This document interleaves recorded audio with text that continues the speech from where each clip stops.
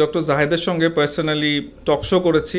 উনি একজন সজ্জন ব্যক্তি, উনি দেশের জন্য দেশের কথা বলেন। ওনার পার্সোনাল লাইফ নিয়ে ইলিয়াস সাহেব ব্যারিস্টার রুমিন ফারহানা আপাকে জড়িয়ে যে ধরনের কথাবার্তা বলেছেন সেটা অত্যন্ত লজ্জাজনক। ইলিয়াস সাহেবকে আমরা দেখেছি উনি 5ই অগাস্টের আগে আওয়ামী লীগের বিরুদ্ধে সোচ্চার ছিলেন, ওনার কথাবার্তা আমাদের ভালো লেগেছে, কিন্তু এখন উনি যেদিকে যাচ্ছেন এটা আমরা ওনার কাছ থেকে একদমই এক্সপেক্ট করি না। বিকজ রাজনীতির জায়গায় রাজনীতিতে রুমিন আপা কী করেছে, ওখানে যদি উনি কোনো ভুল করে থাকেন ওনাকে বলেন, জাহেদ ভাই বিশ্লেষণ করেন, ওনার বিশ্লেষণে কোনো ভুল থাকলে বলেন ভাই ব্যক্তিগত লাইফ কেন এখানে আনবেন, ব্যক্তিগত লাইফের সাথে রাজনীতির কোনো সম্পর্ক নাই। রাজনীতিকে ব্যক্তিগত লাইফে যারা জড়াচ্ছেন এটা তাদের হীনমন্যতারই পরিচয়। ডক্টর জায়েদ নিয়ে আপনার মূল্যায়ন কি? দেখুন, আমি মনে করি রাজনীতির জায়গাটা সেপারেট। রাজনীতিতে অথবা যারা দেশ নিয়ে কথা বলছেন তাদের স্পেসিফিক এজেন্ডা হলো দেশ নিয়ে কথা বলা, দেশের রাজনীতি নিয়ে কথা বলা। সেখানে পার্সোনাল ইস্যুসগুলো নিয়ে বাংলাদেশে আমরা গত 4-5-10 বছর ধরে দেখছি খুব বেশি সামনে ফোকাস আসছে। এটার সাথে আসলে কি সম্পর্ক? আমরা এরশাদ সাহেব সম্পর্কে শুনেছিলাম অনেক কিছু। সো আপনি যদি চিন্তা করেন, উনি কিন্তু ওনার পজিশন ধরে রেখেছিলেন, উনি কিছু ভালো কাজ করেছেন, কিছু খারাপ কাজ করেছেন, যেটাই করে থাকুক তো উনি ওনার মতো করে গিয়েছেন। কিন্তু এখন এই সাইবার ওয়ার্ল্ডের যুগে আমরা দেখতে পাচ্ছি যে এগুলো নিয়ে চরম নোংরামি অশ্লীলতা হচ্ছে। কারোর পার্সোনাল লাইফ, প্রাইভেট লাইফের সাথে ভাই রাজনীতির কি সম্পর্ক? রাজনীতির কোনো সম্পর্ক নাই। এই ধরনের অশ্লীলতা, নোংরামি বন্ধ করা উচিত, এবং এগুলো যারা করছে আমরা মনে করি তারা একটা ব্যক্তিগত এজেন্ডা নিয়ে করছে দেশের রাজনীতিকে কলুষিত করার। এই ধরনের ডার্টিনেস, অশ্লীলতা বন্ধ হওয়া প্রচণ্ড দরকার। মানুষের প্রাইভেট লাইফ এবং রাজনীতি আলাদা। রাজনীতি থেকে কেউ যদি ভালো কিছু করেন, রাজনীতি নিয়ে তাকে কনস্ট্রাকটিভ ক্রিটিসিজম করেন, রাজনীতির বাইরে তাকে নিয়ে কোনো কথা বলা এটা আইনত দণ্ডনীয় অপরাধ হওয়া উচিত বলে আমি মনে করি, এবং তাদের বিরুদ্ধে লিগ্যাল অ্যাকশন নেওয়া উচিত। ডক্টর জাহেদের সঙ্গে পার্সোনালি টক শো করেছি। উনি একজন সজ্জন ব্যক্তি, উনি দেশের জন্য দেশের কথা বলেন। ওনার পার্সোনাল লাইফ নিয়ে ইলিয়াস সাহেব ব্যারিস্টার রুমিন ফারহানা আপাকে জড়িয়ে যে ধরনের কথাবার্তা বলেছেন সেটা অত্যন্ত লজ্জাজনক।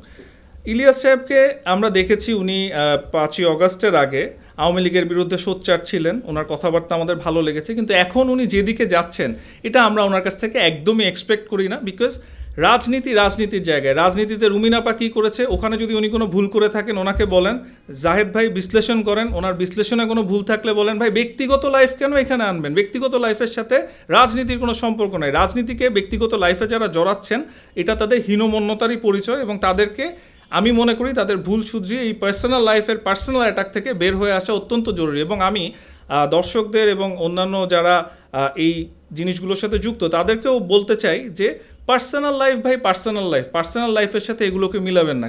কেউ যদি দেশের জন্য কাজ করতে গিয়ে, দেশের পক্ষে বিপক্ষে কথা বলতে গিয়ে কোনো ভুল ত্রুটি করেন, সেই ভুল ত্রুটিগুলোকে দেখিয়ে দিন, কিন্তু পার্সোনাল লাইফে কে কী করছে এর সাথে রাজনীতির কোনো সম্পর্ক নাই। গতকাল মাহমুদুর রহমান মান্না একটা বক্তব্যে বলেছেন যে আগামী 5 মাস কঠিন কিছু হতে যাচ্ছে, আপনি কি মনে করেন? আগামী 5 মাস খুবই ক্রুশাল। আমরা দেখছি অনেক ধরনের সিচুয়েশন ক্রিয়েট হচ্ছে, যেই সিচুয়েশনগুলোতে একটা ষড়যন্ত্রের আভাস আমরা পাচ্ছি না, কিন্তু ষড়যন্ত্রের সুযোগ তৈরি হচ্ছে। তো সেই সুযোগটা যাতে আমরা না দিতে পারি, আমাদের কিন্তু সবার মনে রাখা উচিত গত 1 বছর আগে আমরা সবাই একসাথে ঐক্যমতে এসে যুগপৎ আন্দোলন করেছিলাম, যা থেকে ফ্যাসিস্ট আওয়ামী সরকারের পতন হয়। সেই পতনের পর আমরা দেখলাম আস্তে আস্তে সবার মধ্যে একটা গ্যাপ তৈরি হলো। এই যে গ্যাপটা, এটাতে আমরা কিন্তু ভুলে যাচ্ছি যে 1 বছর আগে আমরা সবাই এইভাবে কথা বলতে পারতাম না। আজকে সবাই জাস্ট বলতে পারছি দেখে একজন আরেকজনকে পার্সোনাল অ্যাটাক করছি, রাজনৈতিক অ্যাটাক করছি, সেটা না করে আমরা যাতে টেবিলে বসে সমাধান করতে পারি।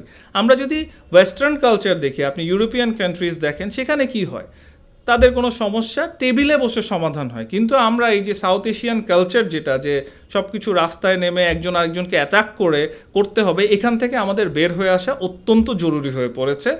এখানে আমি মনে করি কমপ্লিটলি আমাদেরকে নিজেদের বসে সমস্যার সমাধান করতে হবে। এখন যে প্রবলেমগুলো হচ্ছে, one of the problem is proportional representation বা পিআর। সো পিআর নিয়ে যে প্রবলেমটা হচ্ছে, এটার সমাধানও কিন্তু আমাদের কাছেই আছে, কিন্তু এটা নিয়ে আন্দোলনে যাওয়া, রাস্তায় নামা, আমি মনে করি এটার কোনো যৌক্তিকতা নেই। জাতীয় নাগরিক পার্টি এনসিপি এবং গণ অধিকার পরিষদ একীভূত হচ্ছে এমনটি শোনা যাচ্ছে, এবং আমরা জানি যে নূরের দলের সঙ্গে গণ অধিকার পরিষদের সঙ্গে জামাতের একটা ঘনিষ্ঠ সম্পর্ক রয়েছে। তাহলে কি ধরে নেওয়া যায় যে এনসিপি, জামাত এবং গণ অধিকার পরিষদ মিলে আগামী নির্বাচনে কোনো প্রভাব পড়তে পারে বা তারা কোনো ঐক্য করতে পারে? দেখুন, এখন আসলে বার্গেনিংয়ের রাজনীতি চলছে। এর মধ্যে ভিন্ন মতাদর্শী কয়েকটা দল একসাথে আসছে।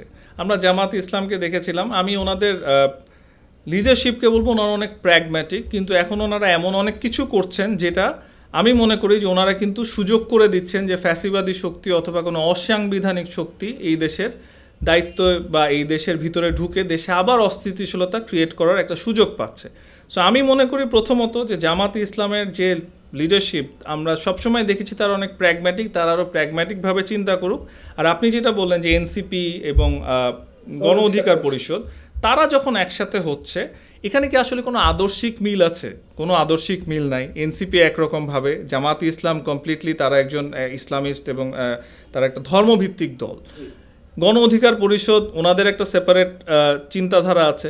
সো এগুলো একসাথে হয়ে কি আসলে ভোটের রাজনীতিতে খুব একটা প্রভাব পড়বে বলে তো আমি একদমই মনে করি না। কারণ আদর্শিক রাজনীতি হতে পারে, জামাতের সাথে যদি 7-8টা ইসলামিক দল আসে তারা হয়তো একই সাথে একই লোকজনকে প্রভাবিত করতে পারবে, কিন্তু একদিকে এনসিপি বলবে এক কথা, একদিকে জামাত বলবে এক কথা, একদিকে গণ অধিকার পরিষদ বলবে এক কথা। এটাকে একীভূত করা আমার কাছে ব্যক্তিগতভাবে মনে হয় খুবই ডিফিকাল্ট।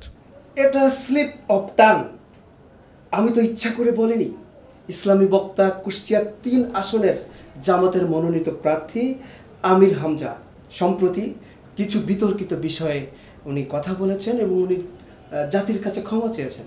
এক্ষেত্রে আমি বলবো একদিক থেকে আমি ওনার প্রশংসা করব প্রথমত, কারণ উনি ভুল স্বীকার করেছেন। বাংলাদেশে কিন্তু ভুল স্বীকার করার রাজনীতি নাই। সবাই একবার যা বলে ফেলছি ভাই বলে ফেলছি, এরপরে আর কেউ কোনো কথাবার্তা বলতে চান না। কিন্তু উনি বলেছেন, স্বীকার করি যে এটা একটা ভালো উদ্যোগ, কিন্তু এই সাথে যে উনি এর আগে যে কথাগুলো বলেছেন আমি এগুলো আর রিপিট করতে চাই না, সেগুলো খুবই নিম্নমানের এবং ওনার স্ট্যান্ডার্ড অনুযায়ী বা ওনার দলের স্ট্যান্ডার্ড অনুযায়ী এই কথাগুলো খুবই লজ্জাজনক এবং দুঃখজনক। কিন্তু উনি যে ভুল স্বীকার করেছেন এই স্টেপটাকে আমি সাধুবাদ জানাই। চরমোনাই পীরের দল পিয়ার করার জন্য কঠোরভাবে আন্দোলনে নেমেছে, যুগপৎ আন্দোলনে। প্রশ্ন হচ্ছে, একই সঙ্গে তারা পিয়ার চাচ্ছে, আবার নির্বাচনী প্রার্থী ঘোষণা করছে, জায়গায় জায়গায় তারা সমাবেশ করে। এই বিষয়টাকে আপনি কি মনে করছেন? আচ্ছা, আমি বেসিক্যালি আগে পিআরের যে সিস্টেম এটা নিয়ে একটু কথা বলি, তারপরে আমি ওনাদের কথাটা বলবো। আচ্ছা, এখন আমাদের বর্তমানে প্রচলিত যে সিস্টেমটা আছে তাকে বলা হয় ফার্স্ট পাস দ্য পোস্ট। এই অনুযায়ী প্রত্যেকটি কনস্টিটিউয়েন্সিতে, প্রত্যেকটি সংসদীয় এলাকার জন্য অনেকে সংসদ সদস্য পদপ্রার্থী হিসেবে নির্বাচনে অংশগ্রহণ করেন এবং তাদের মধ্যে থেকে ওই কনস্টিটিউয়েন্সির যে ভোটাররা আছেন তারা একজনকে ভোট দিয়ে চুজ করেন। এক্ষেত্রে পিআর যখন হবে তখন কিন্তু প্রথমত আমাদের পিআর নিয়ে কয়েকটা জিনিস চিন্তা করতে হবে। পিআর বা প্রপোর্শনাল রিপ্রেজেন্টেশন যেটা, এটা হবে সারা দেশে একটা ভোট হবে, সেই ভোট অনুযায়ী যে যত পার্সেন্ট পাবে সেই অনুযায়ী তাকে আপনার আসন বন্টন করা হবে। তো সেই অবস্থা যদি হয় তো তখন দেখা গেল যে আমি কক্সবাজারেরই 7 জনকে দিলাম, আমি সিরাজগঞ্জের 50 জনকে দিলাম, তাহলে কিন্তু ওই রিপ্রেজেন্টেশনটা থাকছে না। সিরাজগঞ্জের মানুষ গিয়ে কিন্তু বুঝবে না যে নাটোরে কী সমস্যা, আবার নওগাঁর মানুষ গিয়ে কিন্তু বুঝবে না যে ঝিনাইদহের মানুষের কী সমস্যা। সো বাংলাদেশ এখনও পিআরের জন্য রেডি না। পিআর উন্নত দেশ, ওয়েস্টার্ন কান্ট্রিজ, আমি একটা খুব ভালো এক্সাম্পল বলি, সেটা হচ্ছে জার্মানি। কিন্তু আমরা কি জার্মানিদের মতো আমরা ভাই একদিনের পর সেকেন্ড দিন এসে একজন আরেকজনের মুখ দেখা দেখি বন্ধ করে দিই? সেই কালচারে বড় হওয়া মানুষ আমরা পিআরের জন্য অ্যাবসলিউটলি রেডি না। সো ইসলামী শাসনতন্ত্র আন্দোলনের জিনিসটা খুবই হাস্যকর। ওনারা একদিকে প্রার্থী দিচ্ছেন, একদিকে পিআরের জন্য করছেন, এবং সেটি কিন্তু টু বি অনেস্ট জামাতে ইসলামও করছেন। সো তাহলে কিসের জন্য? আর পিআরের সিস্টেম যেটা, পিআরটা শুরুতে হয়তো আপার চেম্বার যেটা বা উচ্চকক্ষ যেটা, সেটার জন্য যেভাবে হতে পারে সেটা নিয়ে চিন্তা করা যেতে পারে, কিন্তু সেটা নিয়েই এখনই আপনি প্রথমত এখনও তো উচ্চকক্ষ স্ট্যাবলিশ হয় নাই। সো নিম্নকক্ষে আপনার এই পিআরের কথা এবং হঠাৎ করে এটা তোলা, এটা কিন্তু আমরা এই জানুয়ারি মাসে যখন ঐকমত্য কমিশন হয়েছিল তখন এত স্ট্রংলি শুনি নাই।